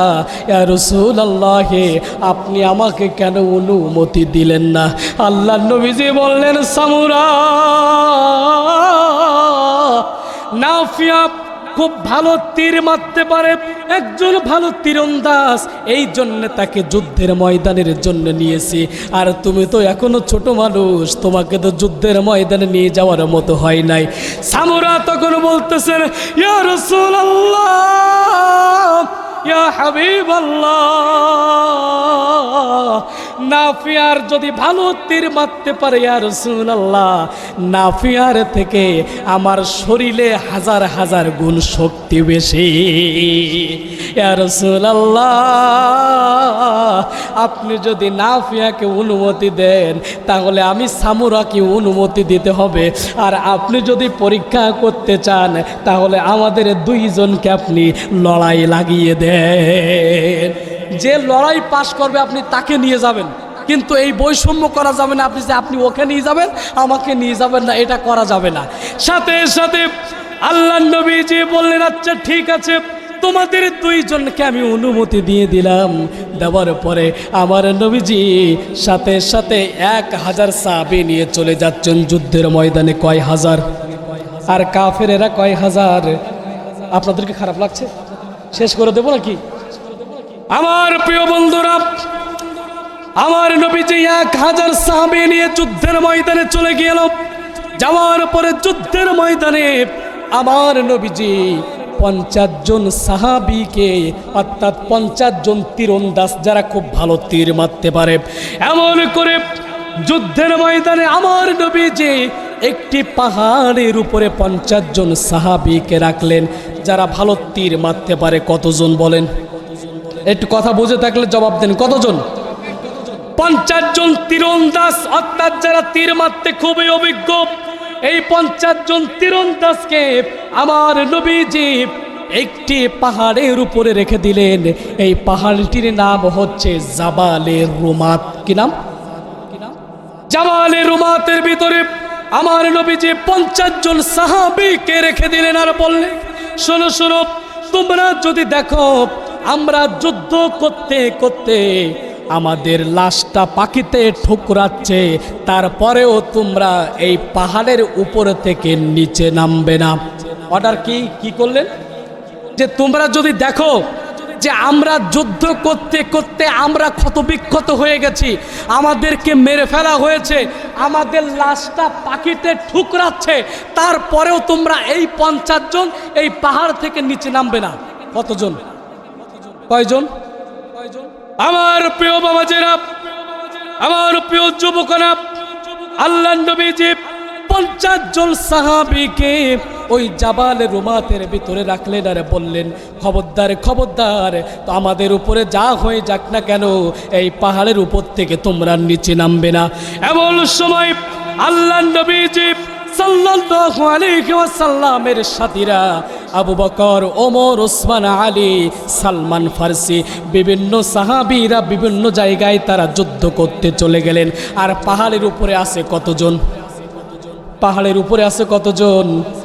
আমার প্রিয় বাবাজেরা, 50 জন সাহাবীকে আল্লাহর নবীজি পাহাড়ের উপরে দাঁড় করিয়ে আমার নবীজি সাল্লাল্লাহু আলাইহি ওয়াসাল্লাম তিনি সকল সাহাবীদেরকে নিয়ে তিনি রণাঙ্গনে নামিয়ে পড়লেন। এমন সময় আমার নবীজির সাথে আছে মাত্র 9 জন সাহাবী। কয়জন? আমার নবীজির সাথে আছে মাত্র 9 জন। আর পাহাড়ের উপরে কতজন? 50 জন সাহাবী। পাহাড়ের উপরে আমার নবীর সাথে মাত্র 9 জন সাহাবী। আর বিভিন্ন সাহাবীরা হচ্ছে যুদ্ধের ময়দানে কাফেরদের বিরুদ্ধে লড়াইয়ের জন্য চলে গেল। একটা পর্যায়ে আবু সুফিয়ান মদিনার আনসার সাহাবীদেরকে বলতেছেন, শোনো শোনো শোনো, তোমাদের উপরে আমাদের কোনো রাগ নাই, আমাদের একটা মাত্র রাগ হচ্ছে মুহাম্মাদের উপরে। নাউজুবিল্লাহ পড়েন। আবু সুফিয়ান প্রত্যেকটা জায়গায় আনসার সাহাবীদেরকে বলতেছেন, শোনো, তোমাদের উপরে আমাদের কোনো রাগ নাই, তোমরা বাড়ি চলে যাও, আমাদের শুধুমাত্র রাগ আছে মুহাম্মাদের উপরে। নাউজুবিল্লাহ। এখন আপনাদের কাছে আমার প্রশ্ন, সাহাবীদের জীবন থাকতে কি নবীজির উপরে কোনো আঘাত তারা লাগতে দিবে কি? সাথে সাথে সাহাবীরা গর্জন দিয়ে উঠলেন আর বললেন, আবু সুফিয়ান, তুমি যে কথা আমাদের সাথে বলেছ, খবরদার খবরদার, এই কথা যেন হযরতে ওমরের কান পর্যন্ত যেন না যায়, তাহলে তোমাকে হযরত ওমর কিন্তু কানে আস্ত পুঁতি ফেলবে। ঠিক কিনা বলেন? এই কথা যেন হযরত ওমরের কান পর্যন্ত যেন না যায়। তুমি যে আমাদেরকে বলেছ ঠিক আছে, আমাদের জীবন থাকতে আমরা আমাদের নবীজির গায়ে এক টুকরা ফুলের টোকাও আমরা পড়তে দেব না। এমন সময় আমার নবীজি যখন যুদ্ধ করতে শুরু করে দিলেন, যুদ্ধ করতে করতে আল্লাহ তাআলা প্রথম দিকে ওই যুদ্ধের ময়দানে মুসলমানদেরকে বিজয় করে দিলেন। আল্লাহু আকবার, আল্লাহু আকবার। মুসলমান কত হাজার? একটু চিল্লায় বলেন।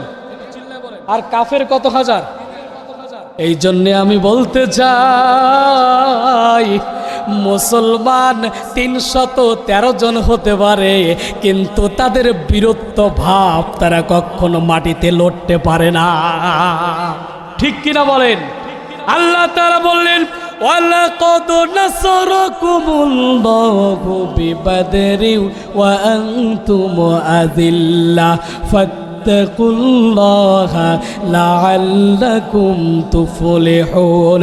আল্লাহ তাআলা বলেছেন, শোনো, তোমরা আমার উপরে ভরসা করেছিলে বলে আমি রব্বুল আলামিন 313 জন সাহাবীদেরকে নিয়ে তোমাদেরকে আমি বদরের প্রান্তরে বিজয় করে দিয়েছিলাম।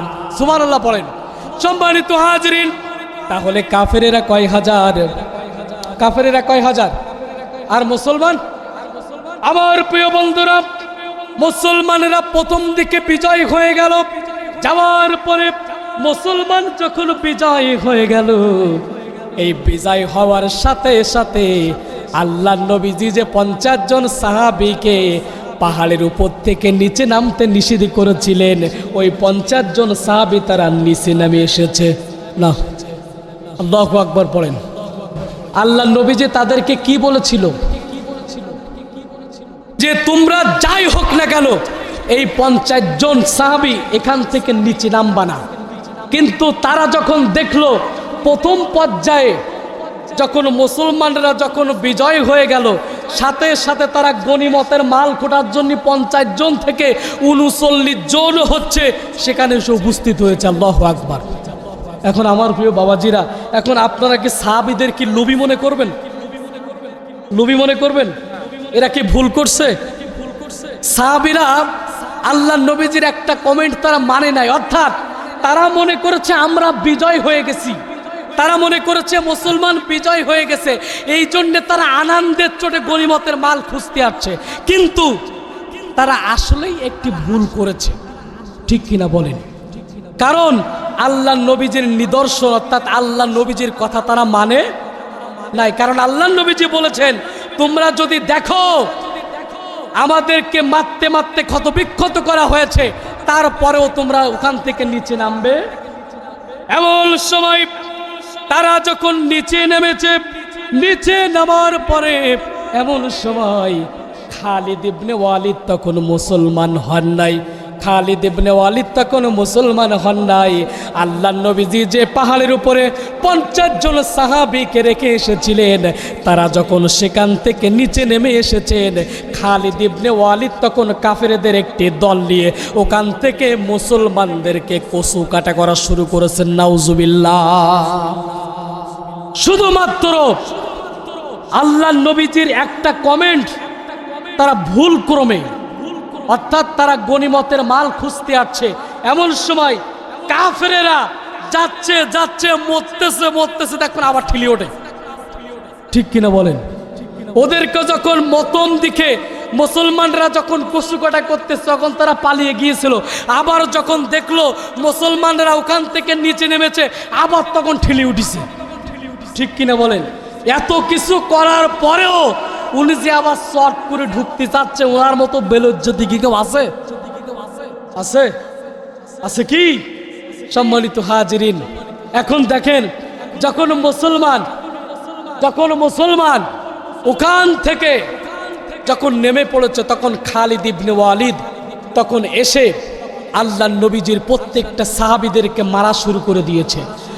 এমন সময় আল্লাহ নবীজির সাহাবীদেরকে যখন মারা শুরু করে দিয়েছে, উহুদের ওই পাহাড়ের উপরে মাত্র 9 জন আছে, আর আল্লাহ নবীজির সাথে আছে মাত্র 9 জন। কয়জন আছে?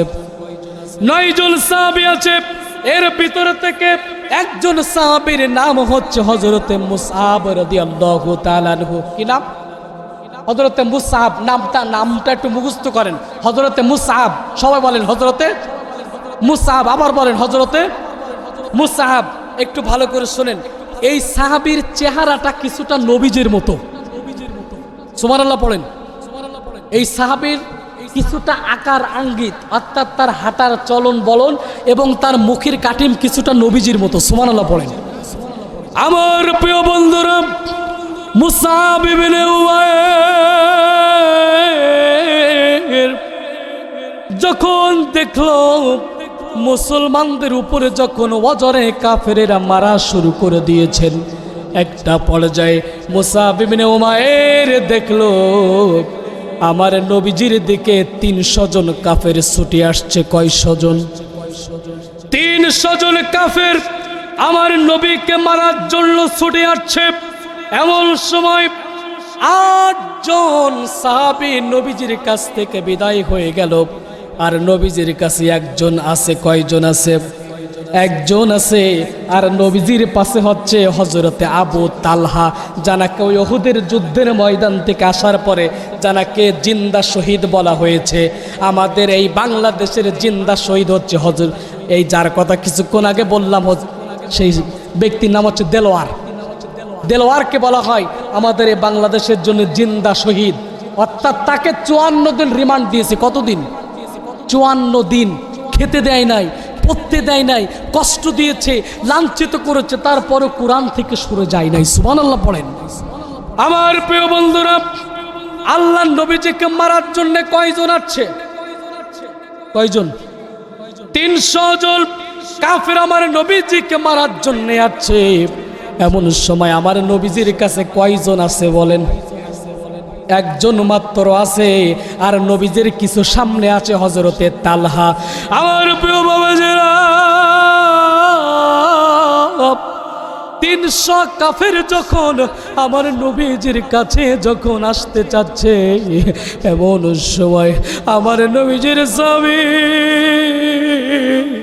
হযরতে মুসআব রাদিয়াল্লাহু তাআলা আনহু আমার নবীজিকে প্রোটেক্ট করার জন্য একবার আমার নবীজির দিকে আসেন, আর একবার কাফেরদের দিকে তাদেরকে তাড়াতে যায়।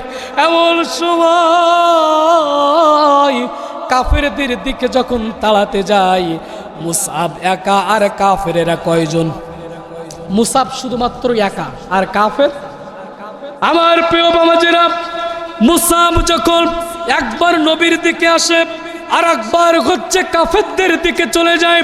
যাওয়ার পরে এমন সময় কাফেরেরা আমার নবীকে যখন মারতে আসতেছে, এমন সময় মুসআব ইবনে উমাইর মনে মনে ভাবলেন, কাফেরেরা শুধুমাত্র তারা তরবারির থেকে একটা জিনিসে ভয় পায়, সেটা হচ্ছে আল্লাহর এই তাকবীর। আল্লাহু আকবার। মুসআব ইবনে উমাইর তখন বললেন, এখন যদি কাফেরদেরকে তাড়াতে চায়, তাহলে তারা তরবারির থেকে যেই জিনিসটা ভয় পায় সেটা হচ্ছে নারায়ে তাকবীর স্লোগান। আল্লাহু আকবার পড়েন। আমার প্রিয় বাবাজিরা, মুসআব ইবনে উমাইর তখন কি করলেন? কাফেরদের দিকে উনি যখন যায়, তখন কুত্তার মতো কাফেরেরা পিছের দিকে পালায়। সুবহানাল্লাহ। কারণ কাফেরদের যতই সাহস হোক না করে, ওরা ভিতরে ভিতরে ভীতু। ঠিক কিনা বলেন? কারণ ওদের ভিতরে ইমান যাদের ভিতরে নাই, ওদের ভিতরে কখনো কোনো দিন সাহস আসতে পারে না। ঠিক কিনা? ওরা মুখে মুখে ফটর ফটর করে, কাজে ওরা। ঠিক কিনা বলেন? সম্মানিত ভাইয়েরা, এমন সময় মুসআব ইবনে উমাইর সাথে সাথে কাফেরেরা যখন নবীর দিকে আসতেছে, মুসআব ইবনে উমাইর আল্লাহু আকবার, আল্লাহু আকবার, আল্লাহু আকবার স্লোগান দিয়ে তাদেরকে সেখান থেকে বিদায় করে দিয়েছে। আজকের বিগত 16 বছরে এই নারায়ে তাকবীর স্লোগানকে একটি দলীয় সংগঠন এই দলীয় স্লোগান হিসাবে ধরেছিল তারা। ঠিক কিনা? নারায়ে তাকবীর স্লোগান তারা জামাত ইসলামের স্লোগান মনে করত, নারায়ে তাকবীর স্লোগান তারা জঙ্গি স্লোগান মনে করত। আজকের এই মাহফিল থেকে বলে যাই, নারায়ে তাকবীর স্লোগান কোনো জঙ্গি স্লোগান নয়, নারায়ে তাকবীর স্লোগান কোনো জামাত ইসলামের স্লোগান নয়, নারায়ে তাকবীর স্লোগান কোনো ব্যক্তি স্লোগান নয়, নারায়ে তাকবীর স্লোগান এটা আমার রবের স্লোগান।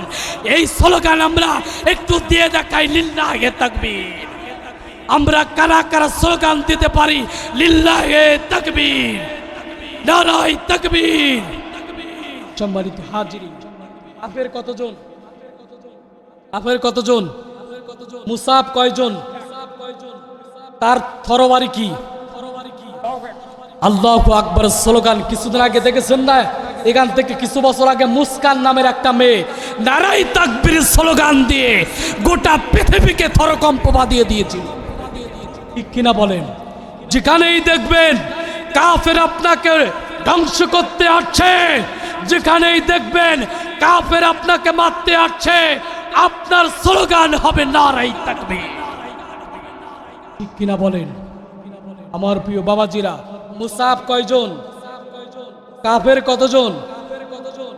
মুসাব যখন নারায়ে তাকবীর স্লোগান দিয়েছেন, সাথে সাথে কাফেরেরা চলে যাচ্ছে। এমন সময় আল্লাহ নবীজির দিকে যখন মুসাব আসছে, এমন সময় মুসলমান কখনো কোনো দিন, কাফেরেরা কখনো কোনো দিন মুসলমানদেরকে বুকে আঘাত করতে পারে না। কাফেরেরা সব সময়ের জন্য মুসলমানদেরকে পিছন দিক থেকে আঘাত করে। কথা মনে রাখবেন, কারণ মুসলমান বুক পেতে দিতে পারে। ঠিক কিনা বলেন? জ্বলন্ত প্রমাণ হচ্ছে আবু সাইদ। ঠিক কিনা? বুক পেতে দিতে পারে, তারপরেও জালিমের কাছে মাথা নত করতে পারে না। ঠিক কিনা? আমার প্রিয় বাবাজিরা, মুসাব সাথে সাথে যখন আমার নবীর দিকে চলে আসলেন, এমন সময় মুসাব যখন আমার নবীকে প্রোটেক্ট করার জন্য আসলেন, কাফেরেরা সাথে সাথে মুসাবের ডান হাতে কোপ মেরেছে। কাফেরেরা তখন মুসাবের ডান হাতে কোপ মেরে দিয়েছে। মুসাব রাদিয়াল্লাহু তাআলা আনহু ডান হাতের তরবারিটা নিয়ে আবারও বাম হাতে ধরেছেন। এমন সময় তারপরেও তিনি আবারও কাফেরদেরকে ধাওয়া করলেন। এরপরে মুসাবকে তারা আবার যখন কাফেরদেরকে ধাওয়া করলেন, কাফেরেরা সাথে সাথে মুসাবের বাম হাতে একটি কোপ বসিয়ে দিয়েছেন। বাম হাতে যখন কোপ বসিয়ে দিয়েছেন, এমন সময়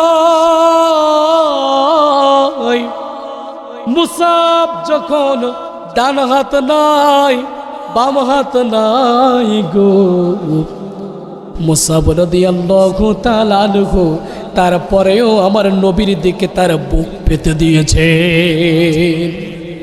এমন সময় মুসাব যখন আমার নবীজির দিকে বুক পেতে দিয়েছেন, বুক পেতে দেওয়ার পরে আমার নবীজির দিকে যখন বুক পেতে দিয়েছেন, মুসাবের পেটের ভিতরে তারা তীর মারল। মুসাবের ডান দিকে তারা তীর মারল। মারতে মারতে এমন একটি সময় মুসাব যখন শরীর একেবারে নিস্তেজ হয়ে গিয়েছে, সাথে সাথে মুসাবের কল্লাকে তারা কেটে ফেলে দিয়েছে। আল্লাহু আকবার। আমার প্রিয় বাবাজিরা, নবীজিকে আমরা কেমন ভালোবাসি, আর মুসাব কেমন করে আমার নবীজিকে একটু ভালোবেসেছে, একটু ভালো করে শুনেন। মুসাব নবীজির জন্য তার ডান হাতকে দিয়েছেন, নবীজির জন্য বাম হাতকে দিয়েছেন, এমনকি নবীজির জন্য তার কল্লাটাও পর্যন্ত জমিনে তিনি লোটে ফেলে দিয়েছেন। এমন সময় যখন মুসাবের ডান হাত নাই, মুসাবের বাম হাত নাই, মুসাবের কল্লা নাই, ছোট্ট একটি কল্লা এখানে লাগানো আছে। এমন সময় আল্লাহ নবীজি যখন মুসাবকে কোলে করে নিয়েছেন, মুসাবের মাথাটা তিনি কোলে করে নিয়েছেন, এমন সময় কাঠা মাথা দিয়ে মুসাব বলতেছেন, ইয়া রাসূলুল্লাহ, ইয়া হাবিবাল্লাহ, এই দুনিয়ায় আমি মুসাবের আর কিছু দরকার নাই। আমার বাবার টাকার অভাব ছিল না, আমার মায়ের ধন সম্পত্তির অভাব ছিল না, আমার টাকা পয়সার কোনো দিক দিয়ে অভাব ছিল না। ইয়া রাসূলুল্লাহ, আমি শুধুমাত্র ঈমান এনেছিলাম আপনাকে ভালোবাসার কারণে। কিন্তু ইয়া রাসূলুল্লাহ, আজকের আমার কলিজা ঠান্ডা হয়ে গিয়েছে।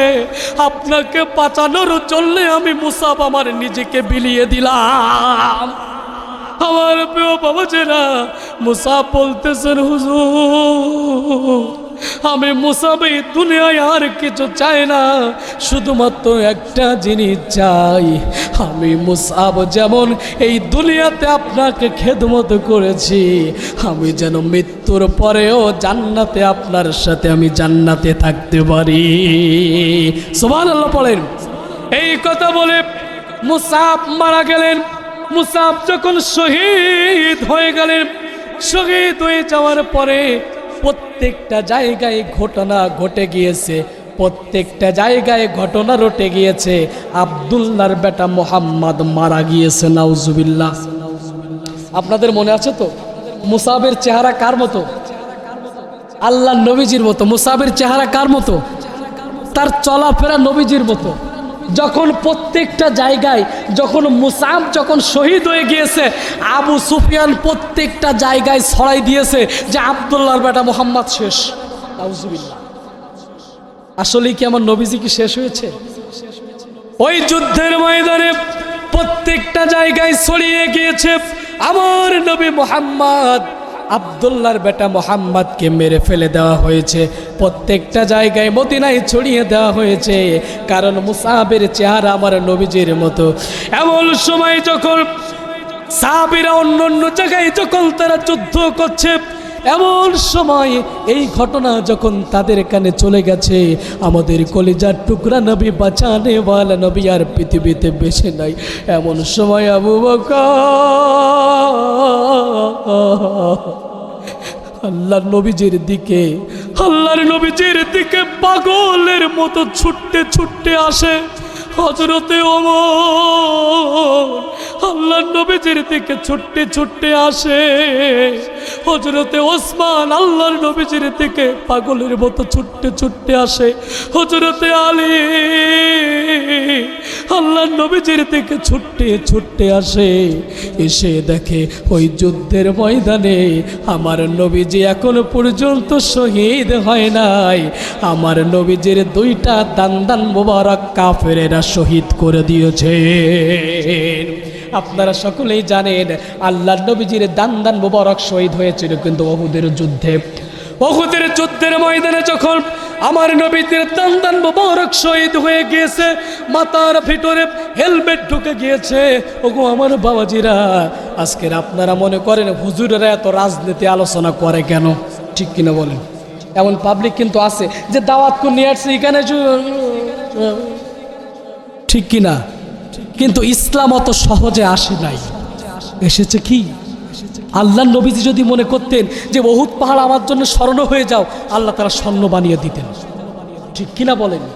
আল্লাহ নবীজি যা চাইতেন আল্লাহ সেটাই তাকে দিতেন। কিন্তু আল্লাহ নবীজি কেন মার খেলেন? এই জন্যে বলি ইসলাম অত সহজে পৃথিবীতে আসে নাই। ঠিক কিনা বলেন? ইসলাম অত সহজে আসে নাই। এই ইসলাম আসার জন্যে অনেক কষ্ট আর ক্লেশ পেতে হয়েছে। ঠিক কিনা বলেন? আপনাদের কি খারাপ লাগছে? আমি কি শেষ করে দেব? শেষ করে দেব? আল্লাহ, 2 ঘন্টা 12 মিনিট আলোচনা হয়ে গেছে আমার। আমি কি শেষ করে দেই নাকি? সম্মানিত হাজিরিন, তাহলে প্রত্যেকটা জায়গায় ছড়াই গেল কি? আব্দুল্লাহর বেটা মুহাম্মদ শেষ। এমন সময় প্রত্যেকটা জায়গায় যখন তিনি ছড়িয়ে ফেললেন, আবু সুফিয়ান ছড়িয়ে দিলেন আব্দুল্লাহর বেটা মুহাম্মদ শহীদ হয়ে গিয়েছে। এমন সময় কাফেরেরা যখন প্রত্যেকটা জায়গায় এই কথা ছড়িয়ে ফেললেন, তখন সাহাবীরা হতাশ হয়ে গেলেন, টেনশন করলেন। এমন সময় একজন সাহাবী বলতেছেন, তোমরা টেনশন করছো কেন? সকল সাহাবীরা বলতেছেন আল্লাহর নবী নাকি শহীদ হয়ে গিয়েছেন। সাথে সাথে ওই সাহাবী বলতেছেন, না গো না, আল্লাহ নবীজি এখনো শহীদ হয় নাই, আল্লাহ নবীজি এখনো পর্যন্ত জীবিত আছে।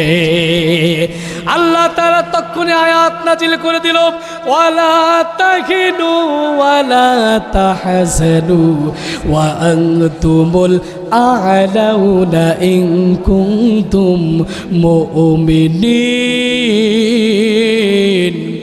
আল্লাহ তাআলা বললেন, গোলাম হতাশ হয়ে যেও না, টেনশন করো না, দুঃখ করো না, তোমরাই বিজয় হবে যদি তোমরা মুমিন হয়ে থাকো।